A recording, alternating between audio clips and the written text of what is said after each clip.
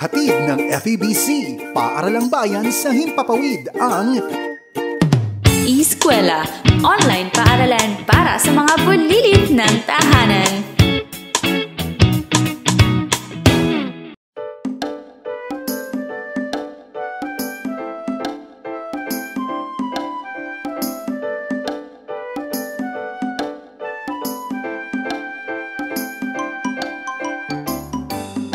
Halina, halina, matuto sa eskwela, wika at siyensya. Halina, halina, matuto sa eskwela, sining at matematika. Tuklasin ang mga hiwaga ng mundong kinahaharapan. Makulay na kinabukasan, ito'y iyong makakamtan. Kakayanin natin ito, may saysay ang buhay mo. Magsikap at matuto, gamitin ang iyong talino. Halina, halina, matuto sa eskwela, wika at siyensya. Halina, halina, matuto sa eskwela, sining at matematika.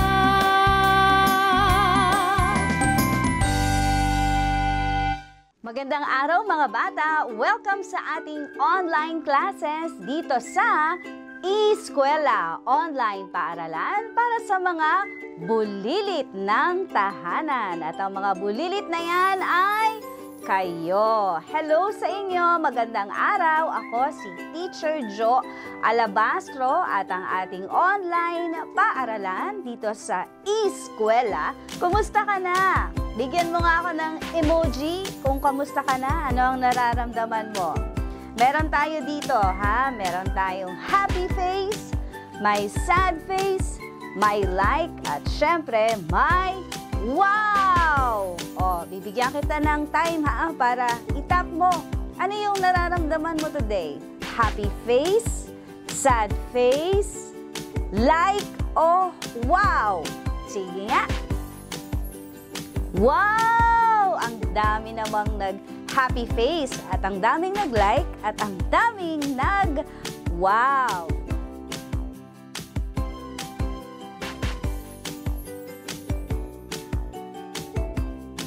Doon sa mga hindi nag-like, hindi nag-wow, hindi nag-happy face, kundi sila ay may sad face, ito yung gagawin natin. O lahat na tayo, sama na lahat. Kasi ito yung isang relaxation exercise na magandang gagawin nating lahat. O kahit si nanay, si tatay, si lolo, si lola, si ate, si kuya, o lahat ng mga kasama mo dyan sa bahay, yayain mo, meron tayong simpleng exercise.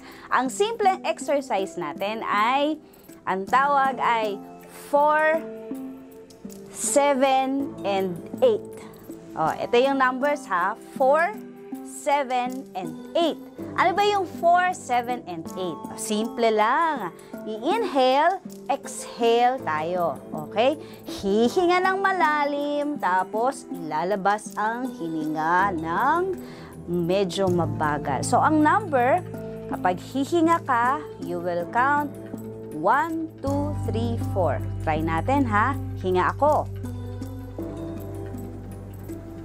Pipigilin ko siya ng 7 seconds. 1, 2, 3, 4, 5, 6, 7. At ihihinga ko ng 8 seconds. 1, 2, 3, 4, 5, 6, 7, 8. So, ayan ang gagawin mo ha. Inhale 4 seconds. 7, count 7, 1, 2, 3, 4, 5, 6, 7, and then exhale, 1, 2, 3, 4, 5, 6, 7, 8. So, 4, 7, 8. Ulitin natin. Inhale.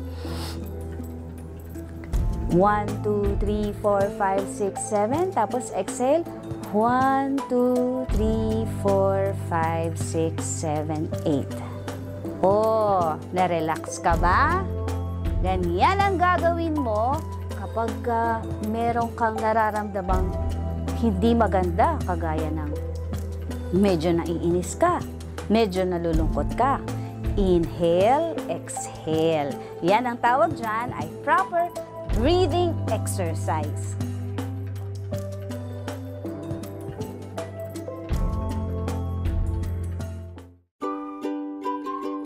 May tanong ako sa inyo.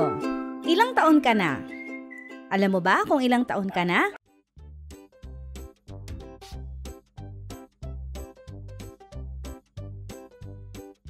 Very good. Kailan nga ang petsa ng iyong kaarawan? O kailan ang iyong birthday?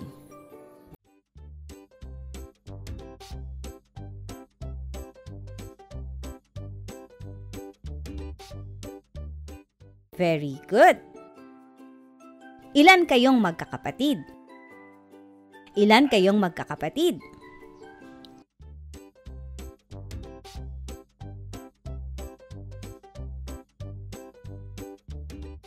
Aba, ang iba ay nagsabing 2, ang iba naman ay 3, habang ang iba ay 5, at ang iba ay maraming sagot. Ba, maraming kapatid. O yung iba naman ay walang kapatid. Yung mga may kapatid nga dyan, itaas nga ang kamay.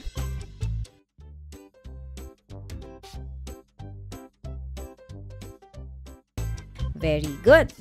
Ano ang pakiramdam ng may kapatid?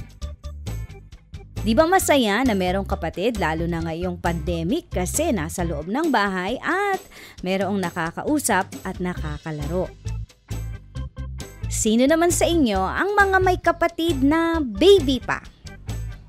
Di ba ang cute ng mga baby?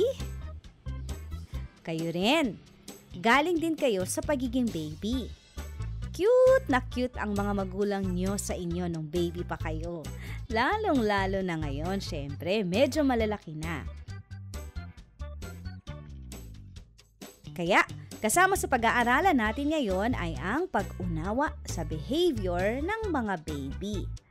Narito ang isang tulang isinulat ni Teresita Saplaco tungkol sa bagong silang na sanggol. Ang pamagat, Kay Gandang Pagmasdan.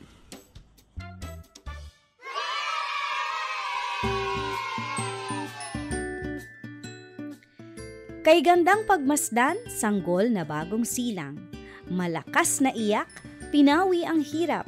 Ikaw ay biyaya ng Diyos sa mga magulang ng lubos. Paglaki mo'y pinaghahandaan, mabigay lamang ang pangangailangan.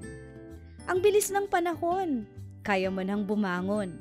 Gumapang at pagtayo, nabibighani ako.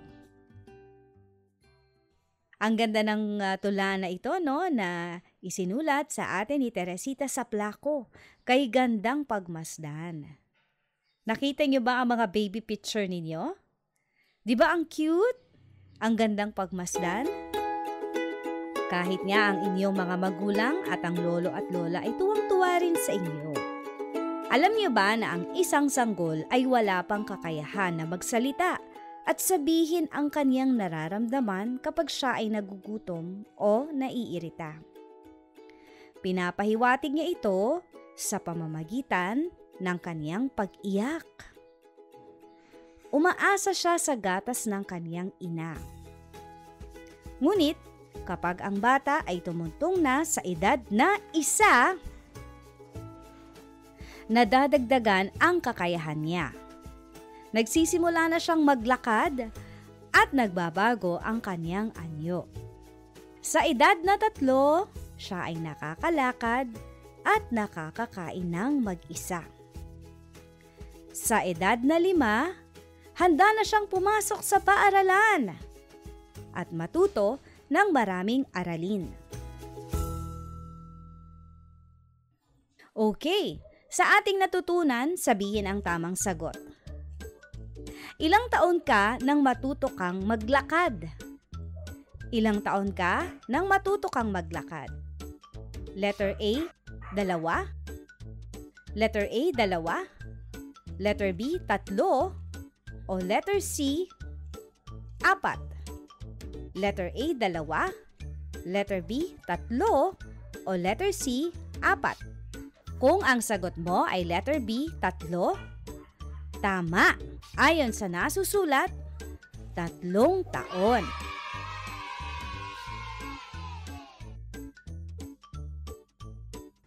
Ilang taon naman daw maaari nang pumasok ang isang bata? Ilang taon maaari nang pumasok sa eskwelahan ang isang bata? Letter A, 1, letter B, 2, o letter C, 5? Letter A, 1, letter B, 2, o letter C, 5? Kung ang sagot mo ay letter C, 5, ikaw ay tama.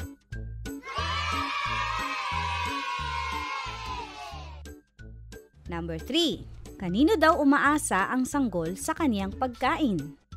Kanino umaasa ang sanggol sa kaniyang pagkain? Letter A, sa gatas ng ina? O letter B, sa gatas ng kambing? Letter A, sa gatas ng ina? O letter B, sa gatas ng kambing? Kung ang iyong sagot ay letter A, sa gatas ng ina, tama ka. Panghuling katanungan, paano daw nakakapagpahayag ng damdamin ang isang sanggol? Paano nakakapagpahayag ng damdamin ang isang sanggol? Letter A, sa pagsasalita? O letter B, sa pag-iyak? Letter A, sa pagsasalita? O letter B, sa pag-iyak? Kung ang iyong sagot ay letter B, sa pag-iyak,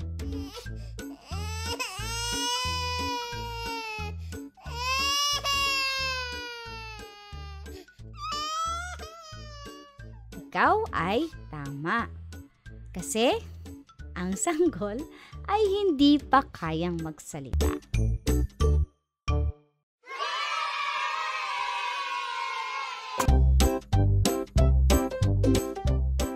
Kids, sa pagpapatuloy ng ating aralin, kailangan niyong kumuha ng papel.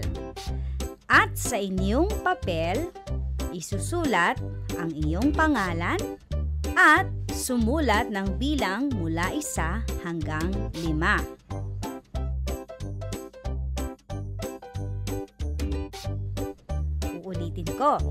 Sa iyong papel, isusulat ang iyong pangalan at sumulat ng bilang mula 1 hanggang 5. Ang ating panuto, gumuhit ng happy face o ng sad face bilang sagot mo sa bawat pangungusap na aking babasahin.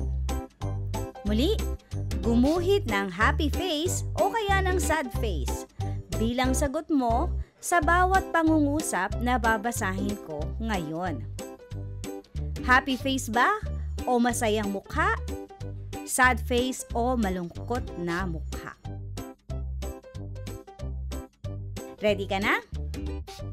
Number 1. Ang bagong silang na sanggol ay nakakalakad na.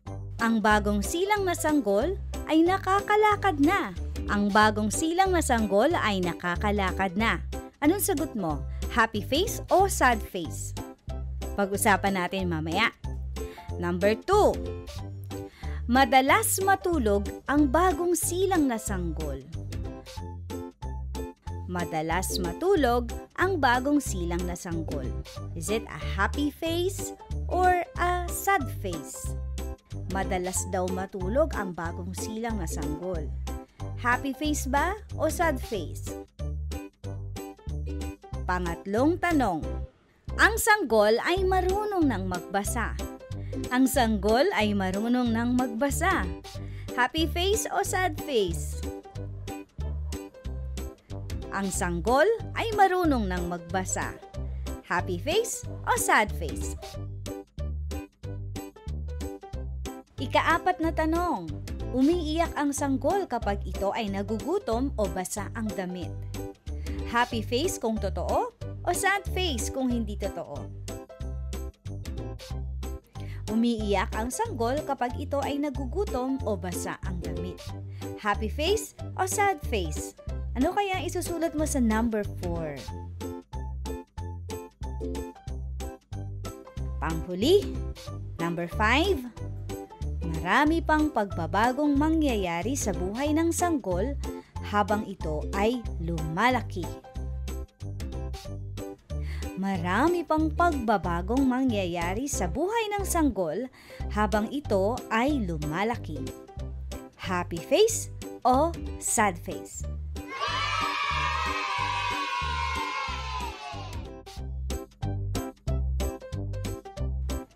Okay, tignan natin ang tamang mga sagot mula bilang number 1 hanggang number 5. Unang tanong, ang bagong silang na sanggol ay nakakalakad na.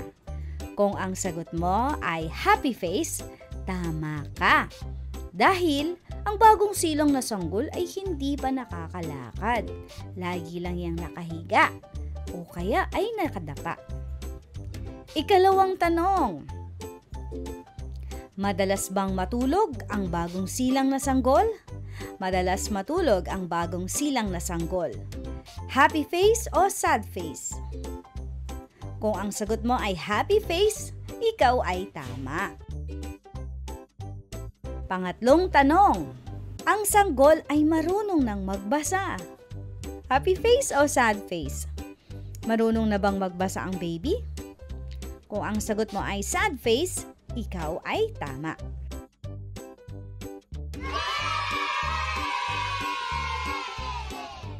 Sa ika-4 na tanong, umiiyak ang sanggol kapag ito ay nagugutom o basa ang damit. Kung ang sagot mo ay happy face, ikaw ay tama. Kasi kaya umiiyak ang sanggol dahil hindi pa siya marunong magsalita o makapag-communicate ng kanyang nararamdaman. Number 5, marami pang pagbabagong mangyayari sa buhay ng sanggol habang ito ay lumalaki. Kung ang sagot mo ay happy face, ikaw ay tama.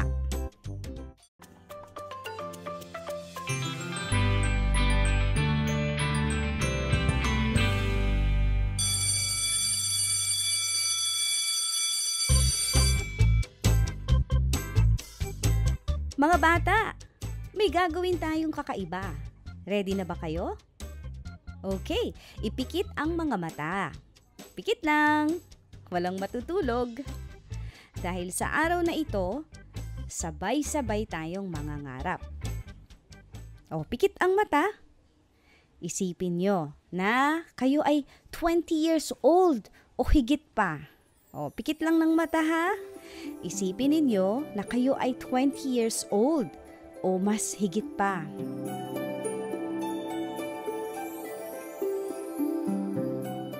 Imagine ninyo na kayo ay malalaki na. Iba-iba na ang mga itsura ninyo. Binata at dalaga na kayo. Sa ganitong edad, ano ba ang mga pangarap ninyong gawin? Ano ang pangarap niyong maging paglaki nyo? Gusto niyo bang maging doktor? Aba, gumagamot ng mga may sakit. Gusto niyo bang maging nurse? O kaya naman ay pulis? Flight attendant kaya? O ayan, idilat na ang inyong mga mata. Itaas ang kamay ha, nung mga bata na ang gusto ay ang mga sumusunod.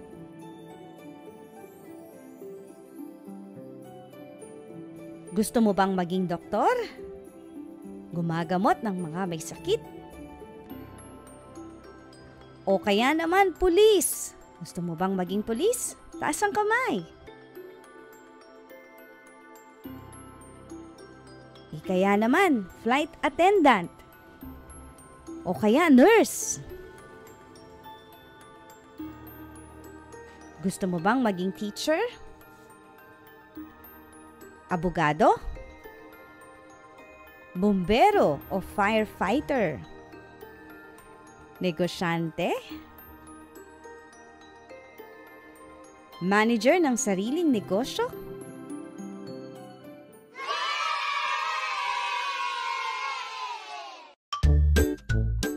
Sige nga. Isulat sa papel. Sa iyong papel, isulat mo. Ako po si... Sulat mo ang iyong pangalan, ang iyong pangarap sa buhay. Isulat ang iyong pangalan at ang iyong pangarap sa buhay.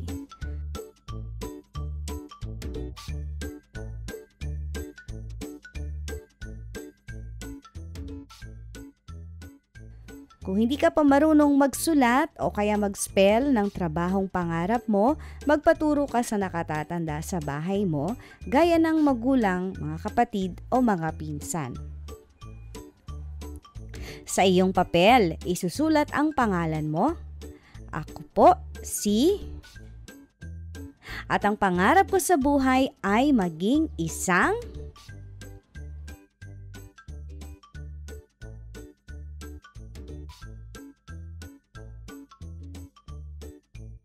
Ayan, basahin ng malakas. Ako po si...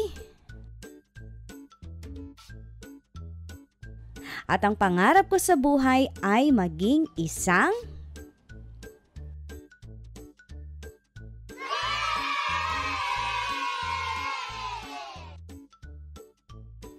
Sige, tatanungin natin ang batang si Isabela.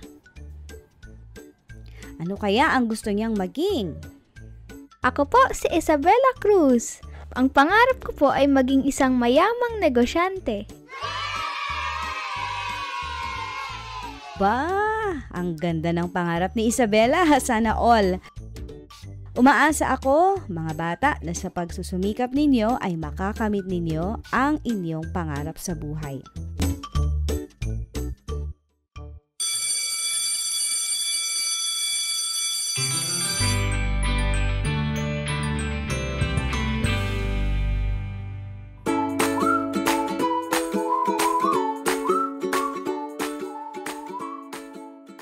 Ayusin ang mga letra upang mabuo ang mga pangarap na tinutukoy. Isulat ito sa iyong papel. Unang tanong.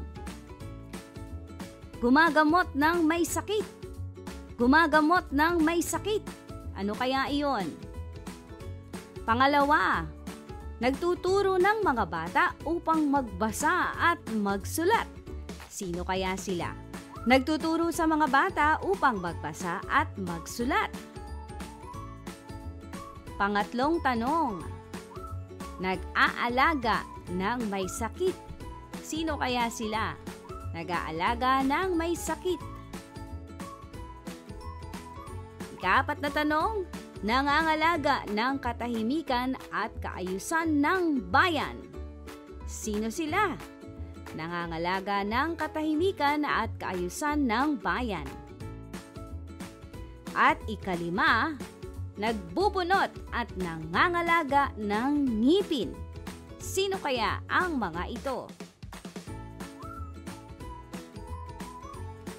Handa ka na ba sa iyong mga sagot? Tingnan natin. Ang unang tanong, gumagamot ng may sakit? Siyempre, walang iba kundi ang mga doktor. Tama. Pangalawa, nagtuturo sa mga bata upang magbasa at magsulat. Sino kaya sila? Yes, correct! Ang mga guro. Ikatlong tanong, nag-aalaga ng may sakit.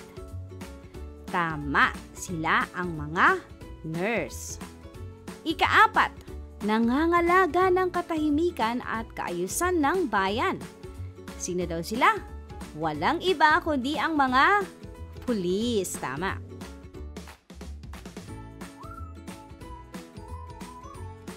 At ang panghuli, nagbubunot at nangangalaga ng ngipin. Sila ang inyong mga dentista. Very good.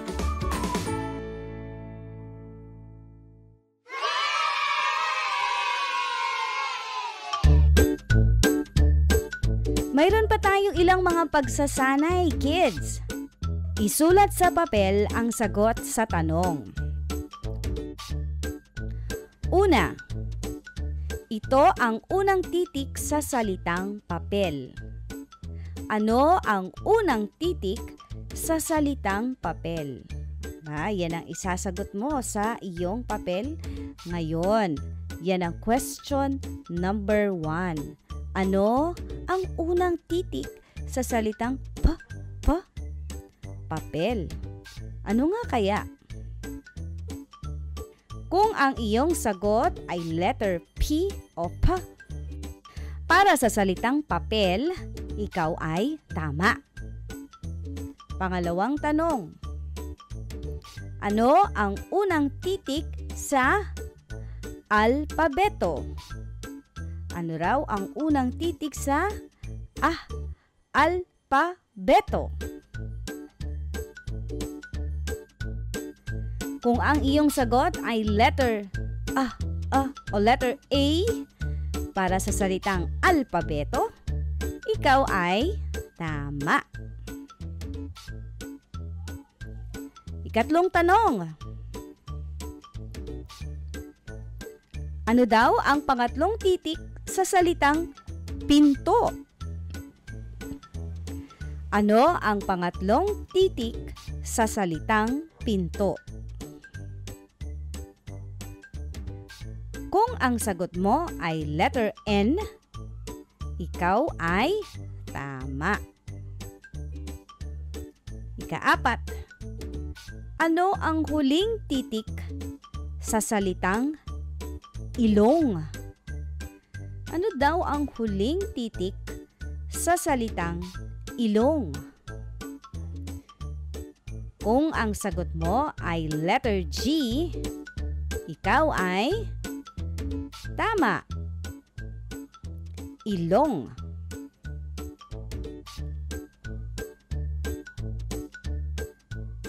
Number 5. Ano ang pangalawang titik sa salitang mata? Ano ang pangalawang titik sa salitang mata? Kung ang sagot mo ay letter A, ikaw ay tama. Number 6. Sa salitang pera. Sa salitang pera, ano ang pangatlong titik? Kung ang sagot mo ay letter R, ikaw ay tama. Ikapito. Ano ang simulang titik sa salitang ama? Ano ang simulang titik ng salitang ama? Ano daw ang unang titik ng salitang ama o ama? Kung ang sagot mo ay letter A, ikaw ay tama. Panghuling tanong. Ano ang unang titik sa salitang pula? Ano ang unang titik sa salitang pula? Kung ang sagot mo ay letter P, ikaw ay tama!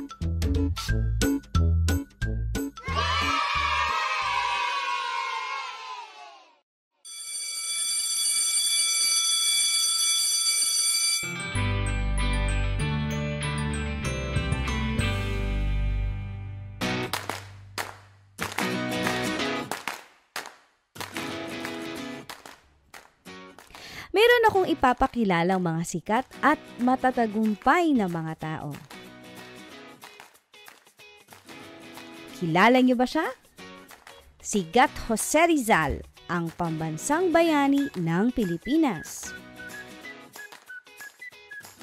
Senator Manny Pacquiao, nakilala sa buong mundo sa kaniyang husay sa boxing at naging senador ng Pilipinas. Pangulong Rodrigo Roa Duterte. Siya naman ang Pangulo ng Republika ng Pilipinas. Lea Salonga. Sikat na aktres at singer at tinaguriang Miss Saigon. Robert Jaworski. Ayan, kilala siya sa husay at galing sa basketball sa Pilipinas. Sinagat Jose Rizal, Senator Manny Pacquiao, Rodrigo Roa Duterte, Lea Salonga, Robert Jaworski. Sila ay mga sikat na tao, pero kagaya mo, minsan din silang naging bata. At may pagkakataon din na sila ay nahirapan sa pag-practice, pag-aaral, at sa kanilang pagtsatsaga at pagsisikap, natupad nila ang kanilang mga pangarap. Mahalaga ang pagkakaroon ng pangarap sa buhay dahil ito ang magsisilbing gabay para makamit mo ang mga gusto mo sa buhay. Halimbawa na lang yung mga pangarap ninyo na maging doktor, nurse, teacher, bumbero, artista, at iba pa. Sa pagtupad ng iyong pangarap, may 4 na bagay kang dapat na gawin para makamit ito habang bata pa. Una, alamin mo yung mga kakayahan mo at patuloy mo itong pagbutihin. Sa tulong ng iyong mga magulang, tuturuan ka nila na alamin ang iyong kakayahan. Marunong ka bang sumayaw? Umawit? Tumula? Umarte? Mag-drawing? Magbasa ng mabilis? Aba, tumakbo ng mabilis? Lumangoy? Tumalo ng mataas? Mag-memorize ng mabilis? Ikalawa, pagbutihin ang mga kakayahan. Mag-practice habang bata. Sabi nga, practice makes perfect. Pero dapat correct practice makes perfect. At ang correct practice makes permanent.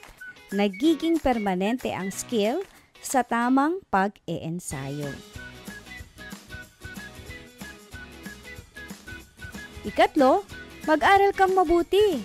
Kahit mahirap ang online classes ngayon, ipagpatuloy ang pag-aaral ng mabuti.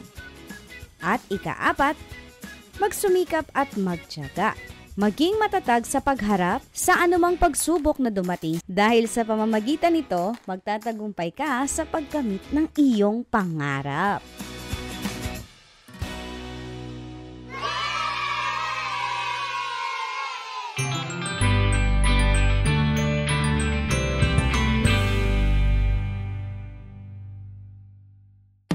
Eskwela, online paaralan para sa mga bulilit ng tahanan.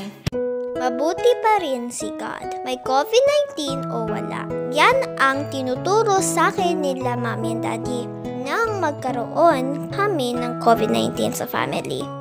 Hindi ako natakot kasi inaalagaan nila ako at lagi kaming nagpe-pray.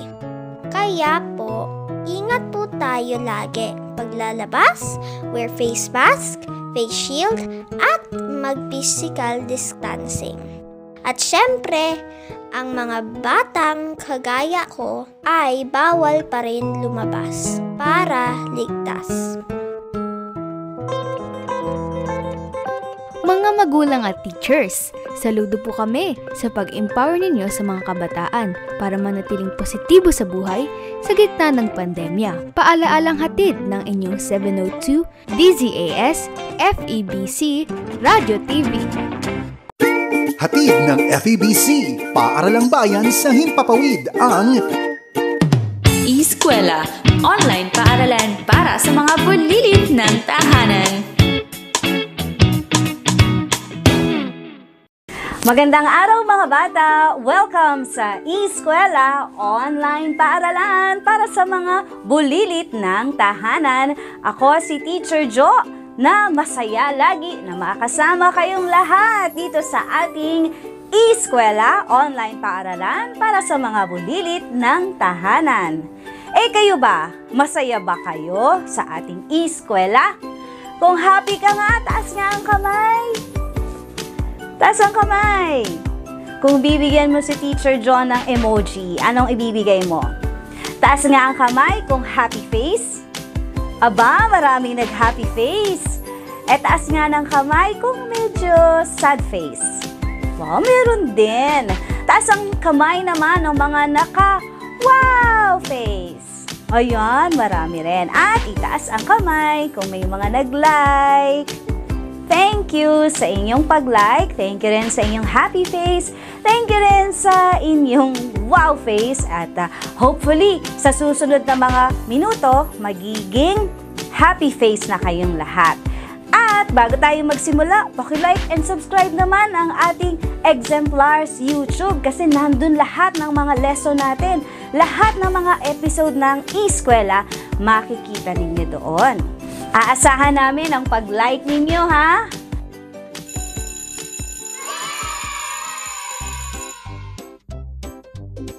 Alam niyo ba, mga bata, mayroong basic emotion ang mga bawat tao. Yung pangunahing emosyon na nararamdaman. Ito yung madalas mong nararamdaman bunga ng isang sitwasyon. Ano-ano ba yung mga emosyon na yan? Mayroong tuwa,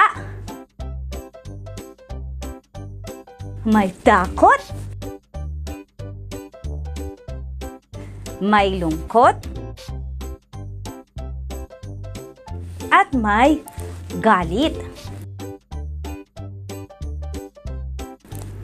Sa lahat ng emosyon na ito, tuwa, takot, lungkot, galit, ano ang pinaka-favorite mo?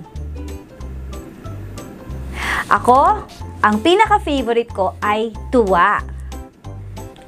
Favorite niyo rin ba yon? Naku, sana yun din ang favorite ninyo. Alam nyo, kapag ang family ninyo nakakakita ng happy face din ang nararamdaman nila. Nakakaramdam din sila ng tuwa. Nakakaramdam ng kasiyahan. Kapag nakita nila yung mommy and daddy ninyo o nanay, tatay, lolo, lola, mga kapatid ninyo, kapag nginitian ninyo, o try nyo ngayon, dali, ngiti kayo sa kanila. Anong ginawa nila sa inyo? Di ba ngumiti rin sila sa inyo? Kasi ang happy face at ang happy emotion o ang tuwa ay nakakahawa din. Isang magandang paghawa para sa lahat ng mga tao na nakakasama mo. Parang yung heart mo kinikiliti kapag pinapasaya ka. Pinapagaan ng tuwa ang nararamdaman mo, lalo na kapag meron kang sakit o meron kang hindi magandang nararamdaman. Kaya dapat laging mag-smile, laging happy face, pakita ang lahat ng ngipin. Kahit hindi kompleto, basta labas lahat, okay yan, kitang-kita. Practice tayo. 1, 2, 3, smile!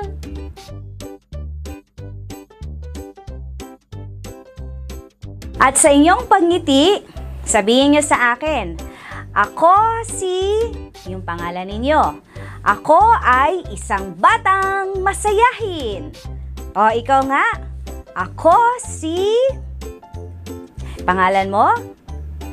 At ako ay isang batang masayahin.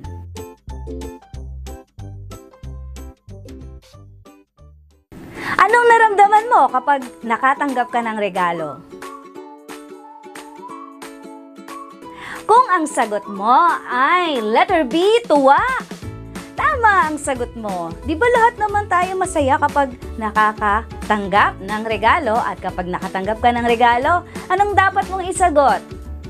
Salamat po. Very good. Kapag hindi ka sinali ng mga kaibigan mo sa usapan, ano kayang mararamdaman mo? Letter A, takot. Letter B, tuwa. Letter C, lungkot. O letter D, galit. Kapag hindi ka sinasali ng mga kaibigan mo sa usapan, ano kaya ang mararamdaman mo? Letter A, takot. Letter B, tuwa. Letter C, lungkot. O letter D, galit. Kung ang mararamdaman mo ay lungkot, tama ang iyong sagot. Normal yun. Kasi syempre gusto natin lahat nakasali tayo sa usapan ng mga kaibigan, di ba? Pero kapag meron kang ganong naramdaman na nalulungkot ka, pwede mong sabihin sa iyong mga kaibigan para magkaroon kayo ng pagkakaunawaan. Baka naman kasi nagpaplano sila ng surprise para sa birthday mo pala. Kapag nakakita ka naman ng ahas, ano kayang mararamdaman mo? Letter A, takot. Letter B, tuwa. Letter C, lungkot. O letter D, galit. Kapag nakakita ka ng ahas, anong pangkaraniwan mong nararamdaman? Letter A, takot. Letter B, tuwa. Letter C, lungkot. O letter D, galit. Kung ang sagot mo ay letter A, takot, tama.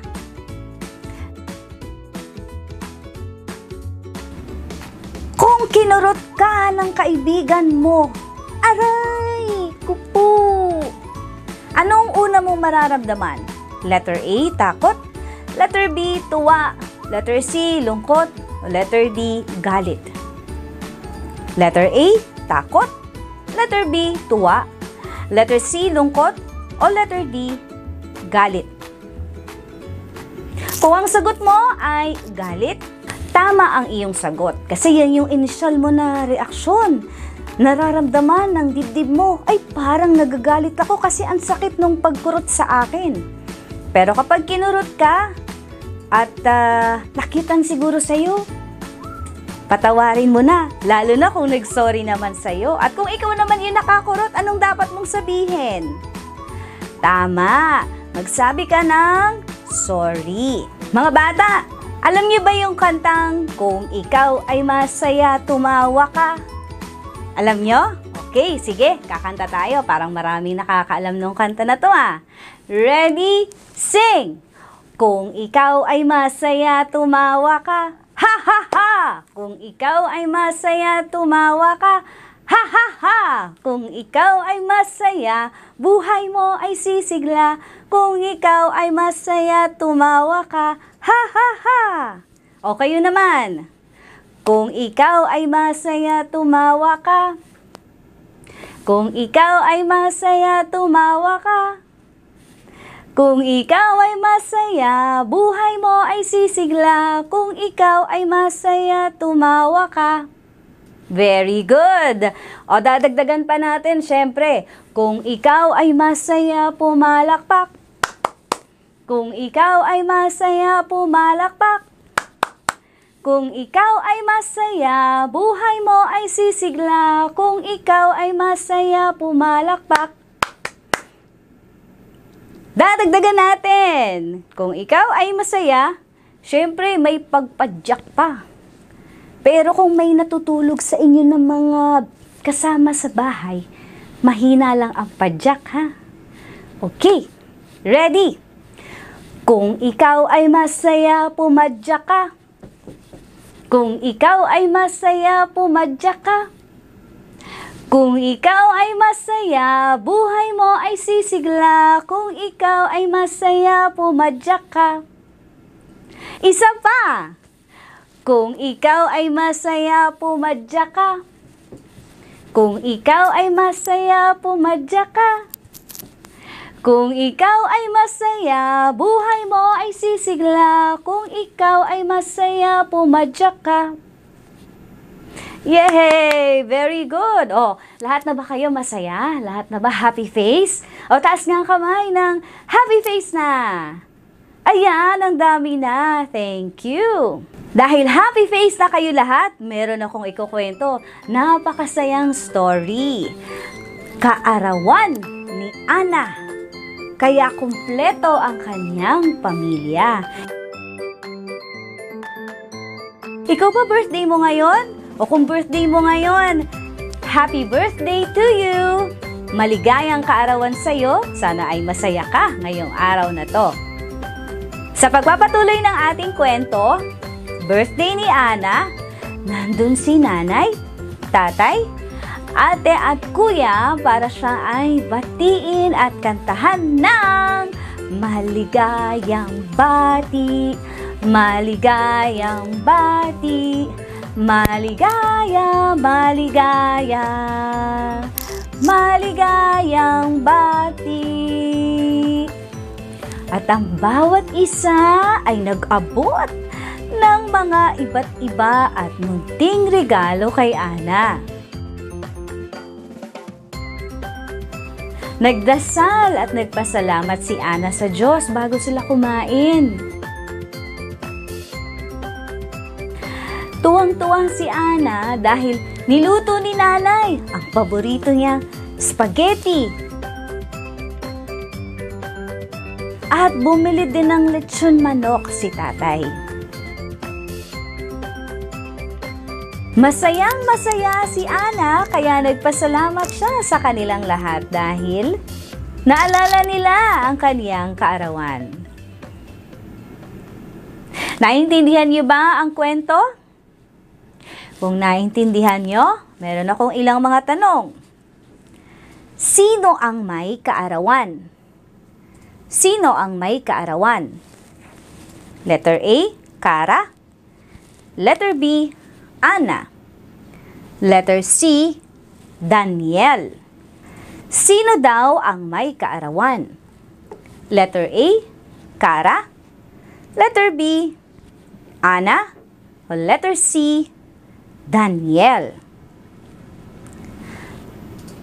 Kung ang sagot mo ay letter B, Ana, ikaw ay tama.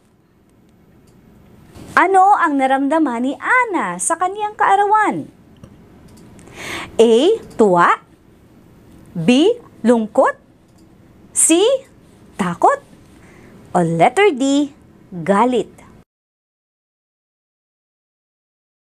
Kung ang sagot mo ay letter A, tuwa, ikaw ay tama! Bakit kaya masaya si Ana? Letter A, kumpleto ang kaniyang pamilya. Letter B, may regalo. Letter C, niluto ang paborito niyang spaghetti at may handa siyang lechon manok. O letter D, lahat ng nabanggit. Bakit kaya masaya si Ana? Letter A, kumpleto ang kaniyang pamilya. Letter B, may regalo. Letter C, niluto ang paborito niyang spaghetti at may handa pa siyang lechon manok. O letter D, lahat ng nabanggit. Kung ang sagot mo ay letter D o lahat sa nabanggit, tama ang iyong sagot. Kayo ba, anong favorite ninyong pagkain? Ano yung favorite ninyo na ihanda sa birthday ninyo? Parinig nga! Naku, nagutom naman ako. Merong nagsabi, gusto daw niya yung fried chicken. Aba, meron pang nagsabi, ang dami. Gusto nila mga cake. O mga nanay, tatay, pakinggan nyo, gusto daw nila ng cake sa birthday nila. Aba, meron nagsabi lechon. Meron pa nagsabi hotdog. Aba. Oy, may nagsabi gulay. Naku, very good yan. Gustong-gusto ng mga magulang yan kapag kakain kayo ng gulay. Sa panibago nating kwento, alamin natin ano naman kaya ang emosyon meron dito. Ang title ay Huwag Malungkot Dahil sa COVID-19, isinulat sa atin ni Jajeline de la Cruz. Si Bert ay mahilig maglaro ng habulan sa labas ng bahay kasama ang kanyang mga kaibigan. Ngunit, nang dumami ang kaso ng mga taong may COVID-19, kailangang manatili muna sa loob ng bahay ng lahat, lalo na ang mga bata. Napapatingin na lang si Bert sa kalsada mula sa kanilang bintana upang maalala ang mga masasayang araw na naglalaro kasama ang kanyang mga kaibigan. Malungkot si Bert dahil hindi muna sila makakapaglaro, ngunit kailangang sumunod sa batas para maging ligtas at huwag mahawa sa sakit dulot ng coronavirus. Naintindihan niyo ba ang kwento? Ang tanong ko, saan mahilig maglaro ng habulan si Bert? Saan mahilig maglaro ng habulan si Bert? Kung ang sagot mo ay sa labas ng bahay, tama ang iyong sagot. Ano kaya ang naramdaman ni Bert nang hindi siya makapaglaro sa labas ng bahay? Sige nga, ikaw din. Ano yung naramdaman mo nung sinabi sa'yo ng magulang mo na, anak, hindi ka muna lalabas ng bahay kasi hindi paligtas sa labas dahil baka mahawa ka ng sakit na COVID-19. Ano yung naramdaman mo? Tama. Nakaramdam din ako nun eh. Tama ang sagot mo. Lungkot. Marami ang nakaramdam ng lungkot nung nalaman nila na hindi mo na sila pwedeng lumabas ng bahay. Lalong-lalo na yung mga kagaya niya ng mga bata. Ano kaya ang pwedeng gawin ni Bert sa loob ng bahay para siya sumaya? Sipin niyo nga. Kayo, anong ginagawa niyo sa loob ng bahay niyo para kayo sumaya? Tama! Nakikipaglaro sa loob ng bahay kasama ang miyembro ng pamilya. Kasama si lolo, lola, tatay, nanay, ate, kuya, mga kapatid, mga baby. Sumasaya pa rin ang bata dahil may mga tao na nakikipaglaro sa kanya sa loob ng bahay. Mga bata, sikapin na sa pamumuhay mo sa loob ng bahay, maging maayos ka ha sa pakikitungo mo sa iyong kapatid kasi kahit anong mangyari, magkaroon man ng COVID o wala, matapos man ang COVID-19, mananatili kayong magkapatid at hindi matatapos yan. Kung walang kapatid, pwede ring makasama ang mga kapamilya sa loob ng bahay na pwedeng makapagpasaya sa iyo. May isa pang kwento na tutukoy sa emosyon na nararamdaman ng bawat tao, kagaya niyo rin mga bata. Ang pamagat ng kwento ay, Manika Ko, Maglaro Tayo. Sinulat sa atin ni Jajilen de la Cruz. Isang araw, nakita ni Ami na nilalaro ng kaniyang kapatid ang manika na bigay ng kaniyang ninang. Nilapitan ni Ami ang kapatid at pinagalitan niya to. "Huwag mong laruin ang manika ko!" ang sigaw ni Ami. Narinig ito ng kanilang ina kaya agad na nilapitan ng magkapatid. Pinaintindi ni nanay kay Ami na dapat hindi niya sigawan ng kaniyang kapatid. Ipinaliwanag din ng kaniyang ina na mas maganda kung magpapahiram siya ng gamit sa kaniyang kapatid.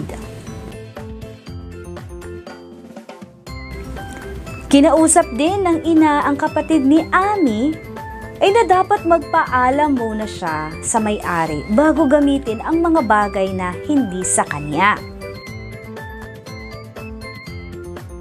Humingi ng tawad si Ami sa kapatid at nangako din ang kanyang kapatid na hindi na niya uulitin ang kanyang ginawa. Masayang naglaro ng manika ang dalawa at natuwa si nanay dahil nagkasundo sila. Ang tanong, sino ang may-ari ng manika?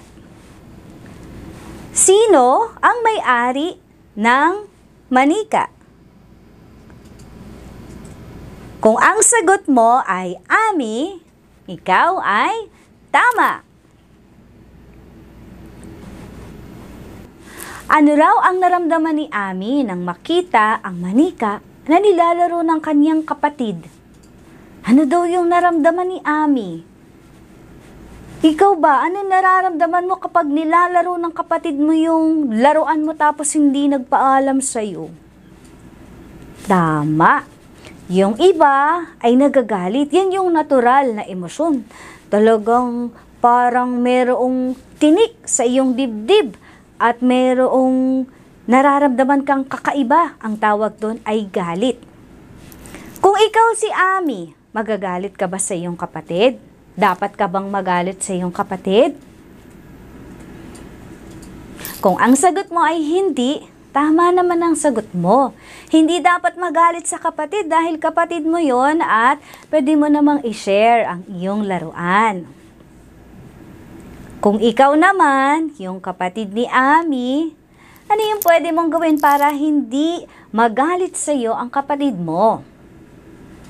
Kung ikaw naman ang kapatid ni Ami, ano ang gagawin mo para hindi magalit sa iyo ang kapatid mo? Tama! Humingi ng paalam sa iyong kapatid na gagamitin mo ang kaniyang laruan. May isa pa akong kwento na tutukoy sa inyong emosyon. Isinulat muli ni Judge Len de la Cruz at ang title ay Mahilig Manood si Buboy ng Nakakatakot na Palabas. Mahilig manood ng mga nakakatakot na palabas si Buboy. Isang gabi, nanaginip siya na tumatakbo dahil hinahabol siya ng isang nakakatakot na nilalang. Takot na takot si Buboy dahil papalapit na ng papalapit ang halimaw sa kanya. Sumigaw at humingi ng saklolo si Buboy, pero walang nakakarinig sa kanya. Maya-maya ay ginising siya ng kaniyang ama dahil siya ay sumisigaw habang natutulog. Anak! Anak! Gising na! Bakit ka sumisigaw? Ay, panaginip lang pala. Ang sambit niya pagkagising. Nagpasalamat at niyakap ni Buboy ang kaniyang ama.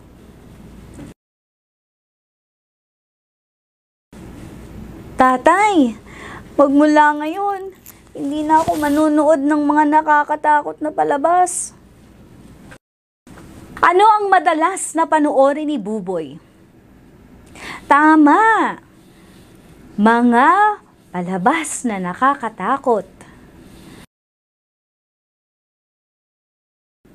Ano daw ang naramdaman ni Buboy nung hinahabol siya? Kung ang sagot mo ay takot, ikaw ay tama! Bakit daw natatakot si Buboy? Naalala niyo ba yung kwento? Bakit daw natatakot si Buboy? Tama! Kung ang sagot mo ay dahil hinahabol siya ng mga nakakatakot na nilalang, yon ang sagot. Kaya siya natatakot dun sa panaginip niya, hinahabol daw siya ng mga nakakatakot na nilalang o na mga character. May tanong ako sa inyo. Dapat ba na kayo ng mga maliliit na bata ay nanonood ng nakakatakot na palabas? Kung ang sagot mo ay hindi po, bakit kaya? O ito, makinig kang mabuti ha. Hindi dapat nanonood ang bata ng mga nakakatakot na palabas dahil ang artificial fear o takot bunsod ng panonood ng mga palabas na hindi naman totoo pero nakakatakot ay nakakapag-develop ng emosyon ng bata.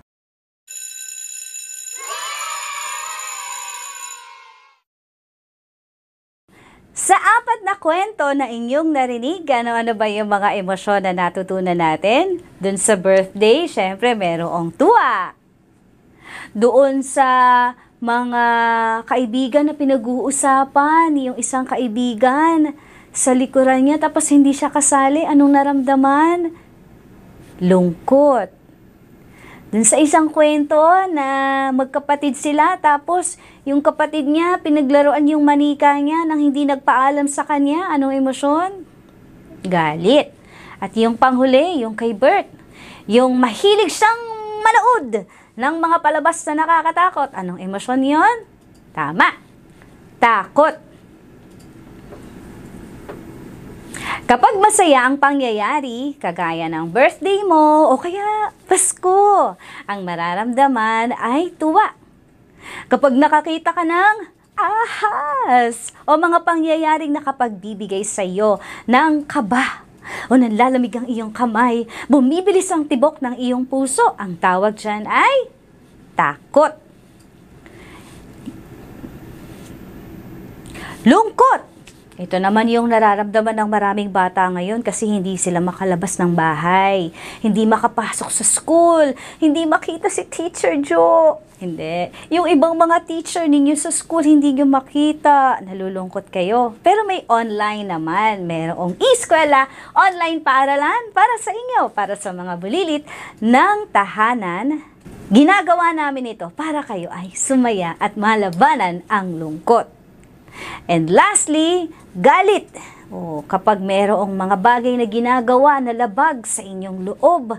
Halimbawa na lang yung kwento kanina, no, na nilalaruan yung laruan mo tapos hindi nagpaalam sa'yo. O lalabanan natin yung galit na yun, ha. Dapat magiging mapagbigay tayong mga bata. So, meron tayong tuwa, takot, galit, at lungkot. Pero higit sa lahat, ang pinakamainam na nararamdaman ng bawat bata, lalong-lalo na ngayong panahon ng krisis, ngayong panahon ng pandemya, tuwa o galak. Yung galak na galing sa Diyos. Ito yung tuwa na kahit na ano man ang sitwasyon ng buhay ninyo, may sakit, may maayos na pangangatawan, maraming pagkain, konting pagkain, may trabaho ang iyong mga magulang, walang trabaho, may COVID-19 o normal ang sitwasyon, mananatili kang may tuwa dahil kay Kristo.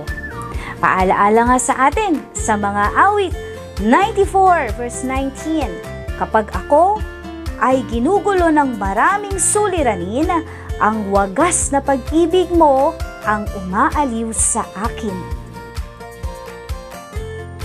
Si Hesukristo ang nagbibigay sa atin ng kagalakan sa kabila ng bawat paghihirap. Kaya dapat lagi tayong may ngiti. Ako si Teacher Joe dito sa e-eskwela, online paaralan para sa mga bulilit ng tahanan. Hatid ng FEBC, Paaralang Bayan sa Himpapawid, ang e-eskwela, online paaralan para sa mga bulilit ng tahanan.